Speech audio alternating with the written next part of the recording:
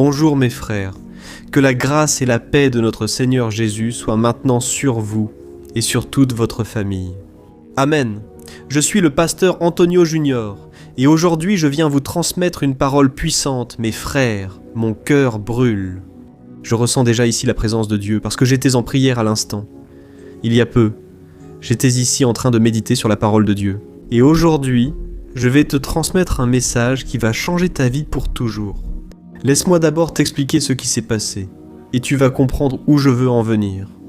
Frère, récemment, alors que je prêchais à l'église, une sœur est venue me voir après le culte et m'a dit « Hé pasteur, vous êtes heureux, n'est-ce pas ?» Je lui ai alors demandé « Pourquoi ma sœur ?» Elle a répondu ceci « Pasteur, vous prêchez la parole de Dieu, vous aidez les gens sur internet, vous conseillez les gens, vous faites ce que vous aimez. Moi non, pasteur. Je travaille dans ce magasin de vêtements, je sers les clients, mais j'ai l'impression de gâcher ma vocation. » Frère, quand elle m'a dit ça, j'avoue que ma vie a défilé devant mes yeux, je comprends ce qu'elle voulait dire. Elle disait qu'elle ne savait pas quel était son appel, et que moi, qui prêchais la parole, j'étais en train d'accomplir l'appel de Dieu. Très souvent, c'est cette idée fausse que les gens ont en tête. Ils pensent que l'appel de Dieu est uniquement spirituel, tu vois. J'ai apprécié sa sincérité, ce qui m'a poussé à enregistrer cette vidéo pour toi, car son doute, sa frustration, peuvent aussi être les tiens. Tu me vois et tu te dis, le pasteur fait l'œuvre de Dieu.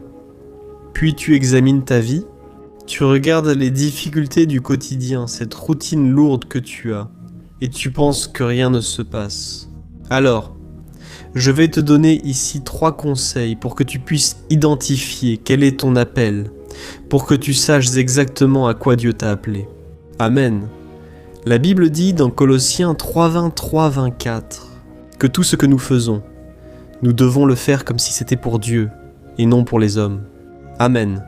Sachant que c'est de lui que vient la récompense. C'est le Christ que nous servons. C'est ce que dit la Bible. Alors, très souvent, nous voulons faire les choses en pensant à notre prochain, en pensant à l'approbation des gens. Et très souvent, cela est lié à notre désir de ressentir du plaisir, d'avoir du confort, d'avoir une bonne apparence devant les hommes. Mais pensez à Jésus, frère, Jésus. Il savait que sa mission était d'aller à la croix. Et le jour du semeur, il a dit à Dieu, « Père, que ta volonté soit faite, non la mienne. » Alors Jésus était prêt, frère, à souffrir jusqu'à la dernière goutte de sang par amour pour moi et pour vous. De même, beaucoup pensent que l'appel est toujours ainsi, plein de merveilles, frère, n'est-ce pas? Je vais te montrer ça aujourd'hui, mais il est crucial d'écouter ce message jusqu'au bout. Tu sais pourquoi? Je vais te montrer la satisfaction et la récompense que tu recevras en accomplissant la volonté de Dieu. Si tu n'es pas déjà en train de le faire, Amen. Si tu n'es pas déjà en train de répondre à l'appel du Seigneur, alors nous allons commencer. Maintenant, je veux juste demander rapidement, pour t'abonner à ma chaîne, clique sur ce bouton sous la vidéo s'abonner et à côté, active la cloche qui va apparaître en sélectionnant l'option Toutes. Je veux que tu reçoives mes prochaines vidéos, alors allons-y frère. Avant tout, je veux déconstruire une idée fausse que tu as sur ce qui est sain et ce qui est trop commun, tu vois? Beaucoup de personnes vivent frustrées, pensant que du lundi au samedi, elles ne font que survivre. Elles travaillent, elles s'occupent des choses de la maison, et que ce n'est que le dimanche, lorsqu'elles entrent dans l'église, qu'elles vivent enfin le but de Dieu. Frères, cela n'est absolument pas conforme à la Bible, car votre appel se produit tout le temps. Il commence dès que vous vous réveillez, jusqu'au moment où vous allez dormir. Et vous êtes-vous déjà arrêté pour penser que Jésus, par exemple, avant de commencer son ministère public, aïe, 30 anos d'idade, il a passé la plupart de sa vie comme charpentier, exerçant un métier que beaucoup jugent peu spirituel. Mais pensez-y, le Fils de Dieu, le Sauveur du monde. Il a passé des années à poncer du bois, fabriquer des tables, réparer des toits, négocier avec des clients. Intéressant à penser, non? Maintenant, imaginez les gens de cette époque passant devant l'atelier de son père, Joseph, et disant « Oh, ici, c'est une bonne table qui va durer toute la vie. » Demandez au fils de Joseph, à Jésus. Il fait un excellent travail, frère. Je suis certain que cela arrivait, car Jésus ne faisait jamais les choses à moitié. même en tant que Messie.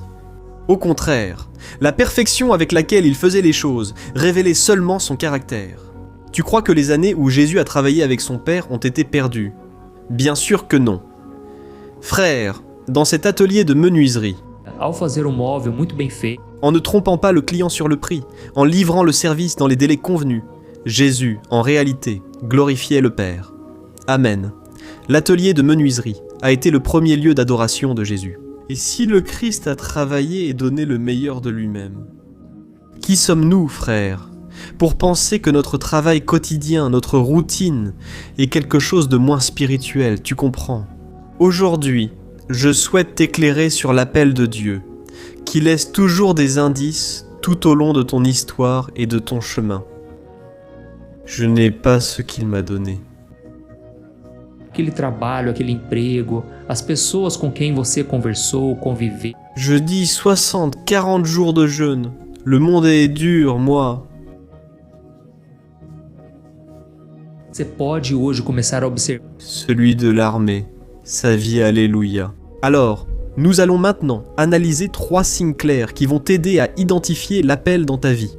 Le premier signe, je le trouve très important. Je veux que tu fasses très attention. C'est ce que tu sais faire avec beaucoup de facilité. C'est ta compétence. Retiens bien cela, compétence. Tu sais, cette chose que tu fais et qui est très simple pour toi mais pour les autres, ça semble être un vrai casse-tête, tu vois? La Bible donne un exemple clair à ce sujet, je vais t'expliquer. Elle évoque un homme nommé Bézalel. Dans l'Exode, il est dit que le Seigneur remplit Bézalel du Saint-Esprit.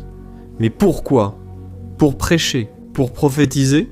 Non, Dieu a rempli cet homme du Saint-Esprit. Pour qu'il ait la capacité de travailler l'or, l'argent et le bois. Autrement dit, sa vocation était d'être un artisan, d'être un artiste. Et peut-être que toi qui m'écoutes maintenant, tu as des compétences pour travailler dans les arts. Tu peux glorifier Dieu en enseignant cela aux autres, en faisant des peintures de Jésus, pourquoi pas? Tu peux travailler avec ça, en faire ton gagne-pain et encore bénir des gens en réalisant de magnifiques tableaux.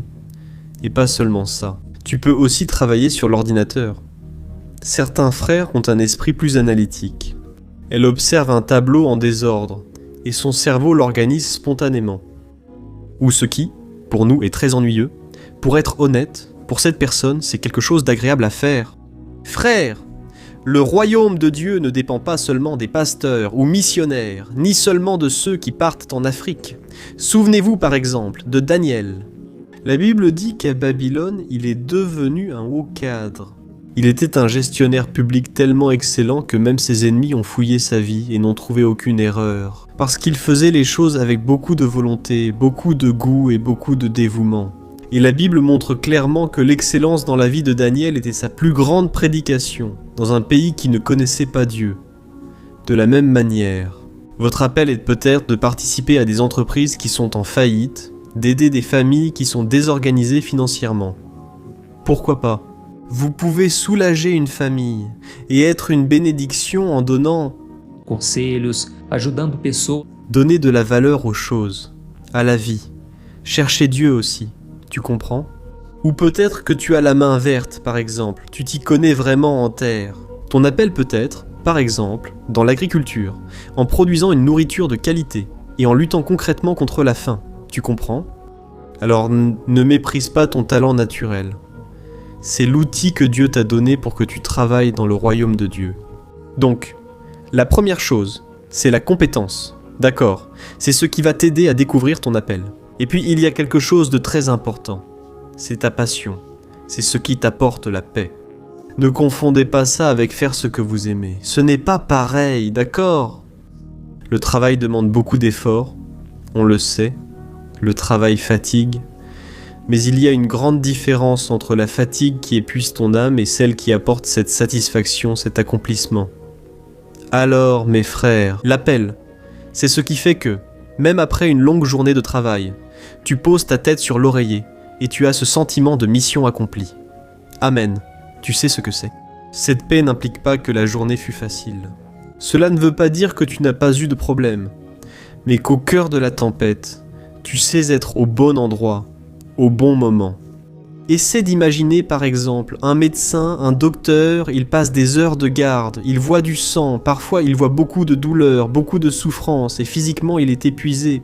Mais alors, quand il parvient à stabiliser un patient, quand il voit une vie revenir, quand il voit une personne retrouver la santé, à ce moment-là, son cœur brûle de joie. Ça a du sens pour lui, tu comprends ? Ou peut-être toi qui es professeur, tu sais de quoi je parle ? C'est très fatigant parfois. Parfois les élèves ne font pas attention en classe. Parfois tu penses même à abandonner. Tu penses à abandonner. Et puis tout à coup, un élève vient te voir. Un élève qui avait des difficultés dans une matière, mais là il te raconte à quel point il comprend la matière et maintenant il est très heureux. À ce moment-là, tu ressens ce sentiment d'accomplissement. Tu arrives à la conclusion que tu es à la bonne place, en train de faire quelque chose qui réjouit le cœur de Dieu. Frère, j'ai voulu donner ces exemples pour montrer que l'appel n'est pas facile, mais qu'il apporte plaisir, paix et satisfaction. C'est pour cela que beaucoup de personnes, parfois, sont dans les églises, traversent des difficultés dans la vie, comme toujours, mais ce sont les personnes les plus heureuses. Parfois, la personne n'a ni maison décente ni voiture. Peut-être qu'elle a beaucoup de difficultés financières, mais dans son cœur il y a une joie. Elle prie toujours pour les autres frères. Je ne dis pas ici que, pour répondre à l'appel de Dieu, vous devez tout renoncer. Vous ne pouvez pas être prospère, vous ne pouvez rien avoir de tout cela. Vous pouvez même être riche et pourtant accomplir l'appel de Dieu, en faisant de grandes œuvres, en aidant plus que nécessaire, en aidant plus que ce que les gens peuvent faire. Tu comprends donc l'appel de Dieu ? Il est aussi lié à cette paix que tu ressens, à cette passion qui vient dans ton cœur, à ce qui brûle en toi. Amen. Alors, tout d'abord, tu vas analyser ta compétence. En second lieu, tu vas réfléchir à ce qui brûle ta passion. Et, c'est certain, tu auras la paix. Et enfin, je veux que tu fasses attention à ton indignation. Regardez ça, frère. Ici, il y a un secret que peu de gens vous révèlent. Très souvent, ton appel, il est caché dans ce qui t'irrite profondément. Comprends bien ce que je vais dire, tu sais, ce que tu regardes et que tu veux changer, ça te dérange vraiment. Peut-être que tu vois une tragédie se produire, des gens être victimes d'injustice, et à ce moment-là, ça te touche, ton cœur brûle et tu penses à faire quelque chose. Frère, cela peut être lié à ton appel. La Bible parle par exemple de Néhémie, qui était un homme vivant dans le confort du palais. Il servait le roi, mais quand il a appris que les murailles de Jérusalem étaient détruites et que le peuple souffrait, ah, mes frères, il n'a pas pu dormir, il a pleuré, il a passé des jours à pleurer. Cela lui a fait mal à l'âme parce que sa famille souffrait aussi, mais pas seulement sa famille. Toute la ville était détruite. Il a alors commencé à accomplir un appel précis de Dieu dont il ignorait la capacité. Dès lors, le roi a vu que Néhémias était très triste et l'a laissé partir aider son peuple. Néhémias est devenu bâtisseur, leader politique et a été puissamment utilisé par Dieu. De même, ne sous-estime jamais ce que Dieu veut faire dans ta vie. Saisis l'opportunité que Dieu t'offre, comme pour Néhémias, et laisse de côté les autres. Amen. Beaucoup de gens ressentent parfois de la compassion pour les mendiants dans la rue. C'est merveilleux. Frère, c'est un don. Peut-être que Dieu peut t'utiliser dans une institution de charité. Dieu peut t'utiliser pour secourir ces personnes, tu sais ? Il y a aussi beaucoup de gens qui ne supportent pas de voir une injustice juridique. Leur sang commence à bouillir. Alors, il faut un avocat, n'est-ce pas ? Pour cela, il faut étudier, aller à l'université ou devenir juge. Qui sait, frère ? Tout commence par une indignation, cette irritation qui vient dans ton cœur. Ce n'est pas un défaut. En fait, cela peut être un thermomètre. Dieu pourrait vouloir t'utiliser ici, auprès de ces personnes. Amen. Et ça ne sert à rien, par exemple, de te comparer aux autres personnes, parce que je vois que c'est un grand piège du diable, de nos jours. Tu entres sur Instagram et tu vois ce missionnaire là-bas en Afrique, entouré d'enfants, ou alors ce prédicateur avec des milliers d'abonnés, et tu te dis « Ma vie est si banale. Pasteur, je passe mon temps à remplir les rayons du supermarché. » Mes frères, cela ne signifie pas que tu es inférieur. Dieu peut t'utiliser là-bas. Laisse-moi donner un exemple. Souviens-toi de Martin Luther, un grand homme de la famille. Un jour, il a dit quelque chose d'intéressant. le cordonnier chrétien. Il ne remplit pas son devoir en mettant de petites croix sur les chaussures, mais en fabriquant de bonnes chaussures, parce que Dieu s'intéresse à un bon artisan. Et as-tu compris ici ce que Martin Luther voulait dire ? Il voulait dire que si tu fabriques une bonne chaussure, de qualité, tu donnes en fait un bon témoignage. Tu es en train de glorifier Dieu. Tu comprends ? Ta vocation n'est pas seulement de fabriquer des chaussures, mais ton travail excellent te permet aussi de parler de Jésus. Aux gens, là, tu peux montrer que ton travail est lié à ton caractère. Tu es honnête parce que tu es chrétien. Tu n'as même pas toujours besoin de prêcher un sermon et les gens vont faire attention à toi. Voici un autre exemple très intéressant aussi. Dans la vie de l'apôtre Paul, comme tu le sais, il a écrit une grande partie du Nouveau Testament. A écrit: Dieu l'a utilisé pour faire beaucoup de miracles. Mais savais-tu que Paul fabriquait des tentes ? C'est bien ça. Dans les Actes, la Bible montre Paul travaillant de ses mains, en cousant cuir et tissu pour subvenir à ses besoins. D'ailleurs, il disait aux frères de cette époque: écoutez, celui qui ne travaille pas ne mangera pas non plus. Parce que, frères, beaucoup de personnes à son époque arrêtèrent de travailler, croyant que Jésus reviendrait à ce moment-là. Et Paul a donc dit: n'arrêtez pas de travailler. Ne laissez pas vos mains oisives. Dieu nous a appelés à mettre la main à la pâte. Amen. Gloire à Dieu. Alors, frères, j'ai ressenti le besoin d'en parler, car c'est l'un des plus grands doutes des gens. Nous allons prier, mais je veux que tu comprennes ceci. Dieu t'a placé là où tu es, exprès et avec un but. Tu n'es pas dans la mauvaise famille, même si elle est compliquée, même si tu as traversé beaucoup d'épreuves avec eux dernièrement. Dieu peut t'utiliser là pour faire la différence. Alléluia. Rappelons-nous par exemple Esther. Je trouve cet exemple d'Esther très intéressant, parce qu'il va éclaircir dans ton esprit comment l'appel de Dieu se manifeste dans la vie d'une personne. La Bible dit qu'avant qu'Esther ne devienne reine, elle se trouvait dans un environnement très dangereux, entourée de nombreuses personnes qui ne croyaient pas en Dieu. Un jour, son cousin Mardochée lui a dit une phrase merveilleuse. Il a dit: Esther, peut-être es-tu arrivée à cette position pour un moment comme celui-ci ? Et nous savons, n'est-ce pas, frère, que Dieu a utilisé Esther pour sauver non seulement la vie de sa famille, sa propre vie, mais aussi toute la nation d'Israël. Parce que le roi a eu de l'affection pour elle, et il l'a faite reine. Alors, peut-être que toi, là chez toi, tu es le seul chrétien dans Família, mas eu te pergunto uma... l'Église. Et si c'était maintenant que Dieu t'appelait à être la lumière dans ta maison ? Jésus a dit que nous sommes la lumière du monde. Et de la même façon, tu ne peux pas mettre une lampe, c'est-à-dire une bougie allumée, sous le lit. Mais au contraire, tu la mets sur un meuble ou sur une table de chevet, pour qu'elle éclaire toute la pièce. De la même façon, nous devons refléter la gloire de Dieu dans notre vie.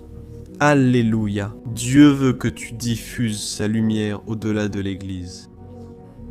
Mes frères, le monde est dans les ténèbres. Je suis sûr que le Seigneur compte sur nous, surtout en ce moment. Si tu es femme au foyer, ton rôle est l'un des plus importants au monde. Tu façonnes le caractère d'une nouvelle génération en prenant soin de tes enfants et de ton mari.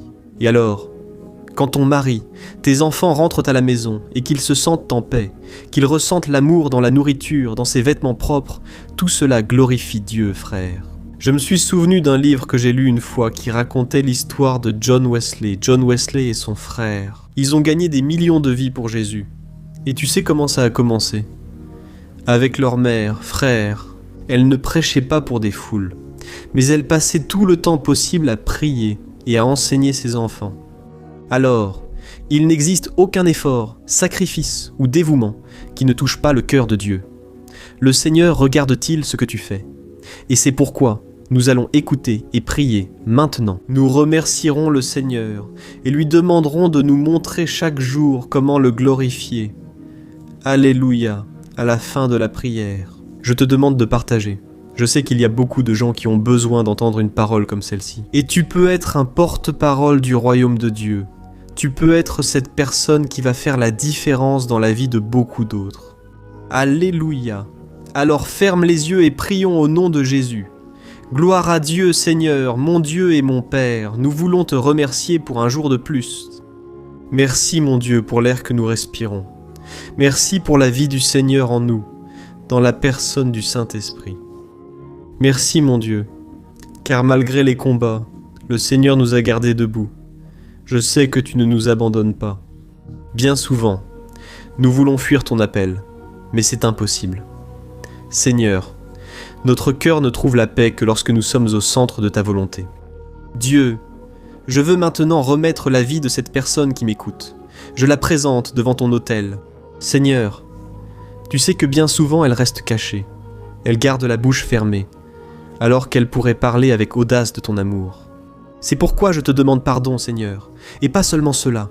Je te demande aussi du courage. Viens sur la vie de mon frère et de ma sœur. Seigneur, qu'un esprit fasse tomber à terre toute peur. Ta parole dit que le Seigneur ne nous a pas donné un esprit de lâcheté, mais de puissance, d'amour et d'équilibre. Ô mon Dieu, que cette personne ressente ta force maintenant. Alléluia. J'élève une prière maintenant en faveur de ceux qui ont peur. Peur de l'avenir, peur, inquiétude, anxiété. Je réprimande maintenant, au nom de Jésus, toute confusion mentale. Partez maintenant, tout péché retenu, toute angoisse dans la poitrine. J'ordonne maintenant, au nom de Jésus, que tout mal tombe à terre, tout ce qui enlève la paix de cette personne. Seigneur, visite aussi la santé physique. Je sais que certains ici m'écoutent et souffrent de douleurs, de maux de tête ou de troubles digestifs dus à la nervosité. Jésus, passe avec ton sang, répand ton onction de guérison. Maintenant, Seigneur, j'ordonne, sois guéri maintenant, par la puissance du nom de Jésus, ô mon Dieu. Je prie aussi maintenant pour les relations. Combien de demandes de prière ici, Seigneur? Combien de personnes demandent pour leur mariage, demandent pour leur famille? Et je crois, Seigneur, que c'est peut-être le moment où tu as placé cette personne pour secourir aussi les fatigués, les nécessiteux. Renouvelle la vie de tes enfants, Seigneur. Accorde la sagesse, Père, pour que nous parlions avec grâce, au bon moment et de la bonne façon. Dieu, que la vie de cette femme permette la conversion de son mari et de ses enfants. De la même manière que par cet homme, sa femme, ses enfants, ses parents, tous ses proches puissent revenir à tes voies. Ô Dieu, je te remercie, car c'est toi qui nous soutiens. Je puis tout par celui qui me fortifie. Gloire à Dieu, ô mon cher, ma... Querida, não saia do vídeo ainda. Garçon, mon fils, mon Dieu, mon Dieu. Não é coincidência você estar me ouvindo. Dis que K, catholique, mon Dieu, tes mains, je reconnais que sans toi je ne peux pas vivre.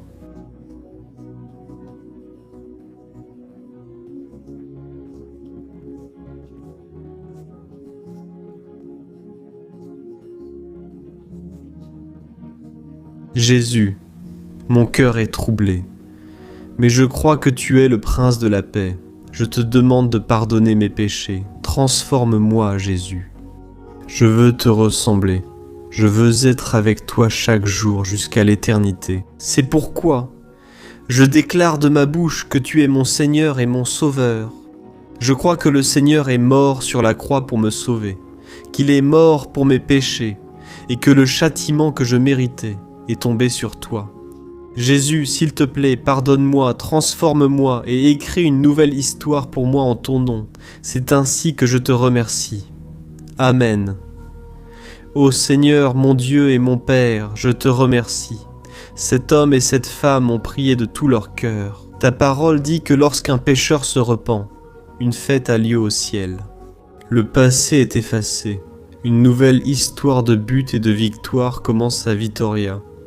Alors je te remercie mon Père, et je te demande que ce message et cette prière se répandent comme un feu qui touche de nombreux foyers qui sont dans le besoin, de nombreuses personnes qui sont à l'hôpital.